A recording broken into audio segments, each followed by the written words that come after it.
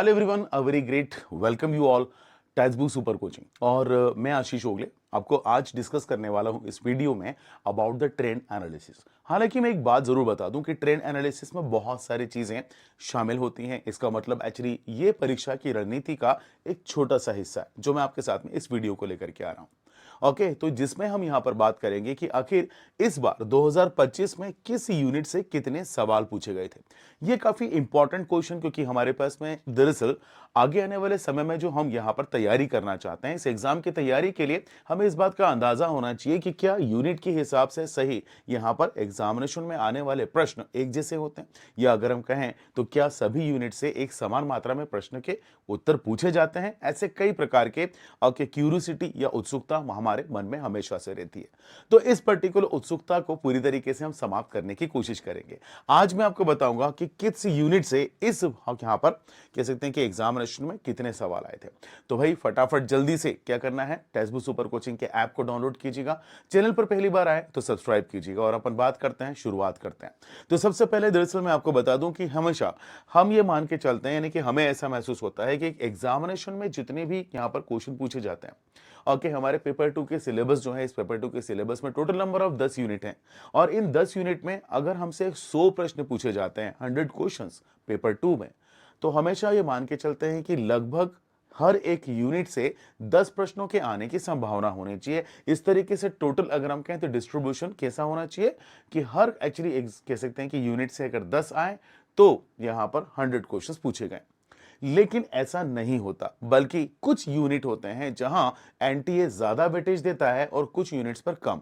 आखिर वह कौन से यूनिट्स हैं, इस पर हम बात करते हैं। तो सबसे पहले मैं शुरुआत करता हूं आपको लेकर के। तो सबसे पहले हमारे पास में यूनिट वन जो कि जियोमॉर्फोलॉजी यानी कि भू आकारिकी के साथ में जुड़ा हुआ है। इस यूनिट 1 जियोमॉर्फोलॉजी में एक्चुअली कुल मिलाकर के हमसे 10 प्रश्न पूछे गए थे।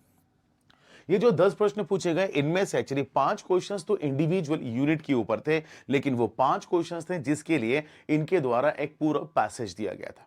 ओके, पैसेज यानी कि अपठित गद्यांश। इस बार एक्चुअली हमारे पास में 2025 में 2 पैसेज आए थे, जिसमें से एक पैसेज आपके पास में यूनिट 1 मतलब जियोमॉर्फोलॉजी पे रहा, जिसमें से डायरेक्टली 5 क्वेश्चंस इस पर्टिकुलर यूनिट से रहा। अच्छा, नेक्स्ट है यूनिट 2, ये है हमारे पास में क्लाइमेटोलॉजी, मतलब इसे हम जलवायु विज्ञान कहते हैं। जलवायु विज्ञान की बात करते हैं तो सेकंड यूनिट के जलवायु विज्ञान में कुल मिलाकर के 8 प्रश्न इस बार पूछे गए थे, यानी कि 8 क्वेश्चंस वर आस्क्ड। इसी प्रकार से हम जब बात करते हैं unit 3 that is oceanography. Okay, ये हमारे पास में क्या है, महासागरीय विज्ञान। महासागरीय विज्ञान से कुल मिलाकर के 5 प्रश्न यानी कि 5 क्वेश्चंस पूछे गए थे। इसी तरीके से अगर मैं आगे बढ़ता हूं तो नेक्स्ट हमारे पास में यूनिट 4, ये है एनवायरमेंट ज्योग्राफी, ये है पर्यावरण भूगोल। इस पर्यावरण भूगोल से टोटल नंबर ऑफ 6 क्वेश्चन यानी कि 6 प्रश्नों को हमसे पूछा गया था। ओके, इसके बाद में फिर हमारे पास में आता है एनवायरमेंट ज्योग्राफी के बाद the next actually we see about unit 5 जो कि आपका पॉपुलेशन एंड सेटलमेंट ज्योग्राफी है।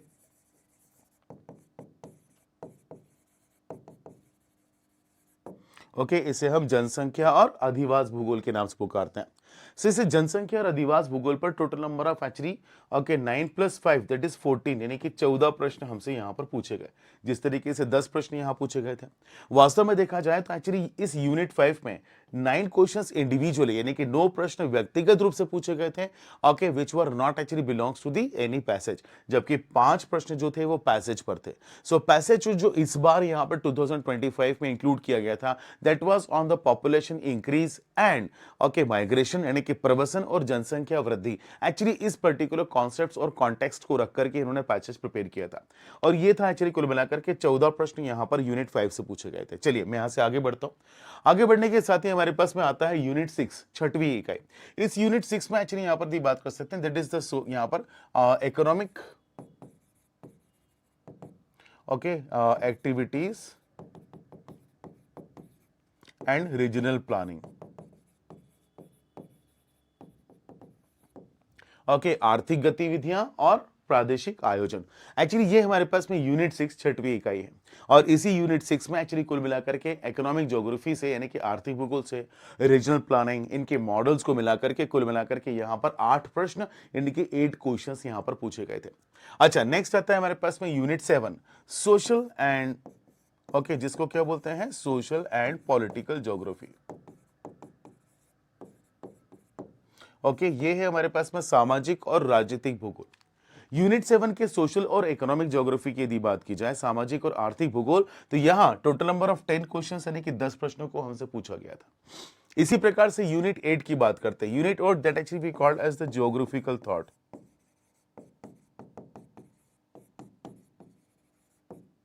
ओके, ये है भौगोलिक चिंतन।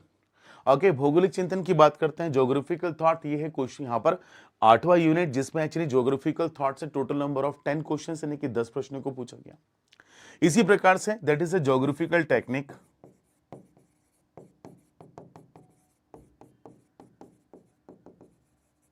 ओके, भौगोलिक तकनीक की बात करते हैं। In that geographical technique total number of 8 question यानी कि 8 प्रश्न इस बार भौगोलिक तकनीक पर पूछे गए थे। And then actually we come to the geography of India. अब फिर हम बात करते हैं भारत का भूगोल। और भारत के भूगोल से इस टॉपिक पर एक्चुअली हमारे पास टोटल नंबर 21 क्वेश्चंस यानी कि 21 प्रश्न पूछे गए थे।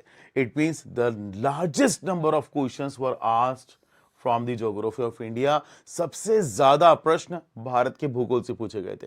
और सुनकर के हैरान हो जाएंगे कि सबसे ज्यादा फैक्चुअल क्वेश्चंस जो हमसे पूछे गए थे, तथ्यात्मक प्रश्न, सीधे सीधे क्रोनोलॉजी पर बेस्ड, एक्चुअली वो ज्योग्राफी ऑफ इंडिया से ही थे। इसका मतलब एक्चुअली ट्रेंड एनालिसिस आपको कुछ इस तरीके से बात करता है कि फैक्ट्स और यहाँ पर चीजों को किस तरीके से आपको तैयार होना चाहिए।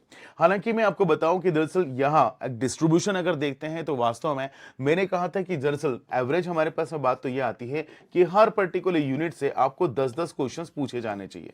लेकिन सब प्रॉब्लम क्या है, प्रॉब्लम ये है कि हर एक क्वेश्चन एक्चुअली कह सकते हैं कि यूनिट से 10-10 क्वेश्चन ना पूछ करके इनके वेटेज को चेंज किया जा रहा है।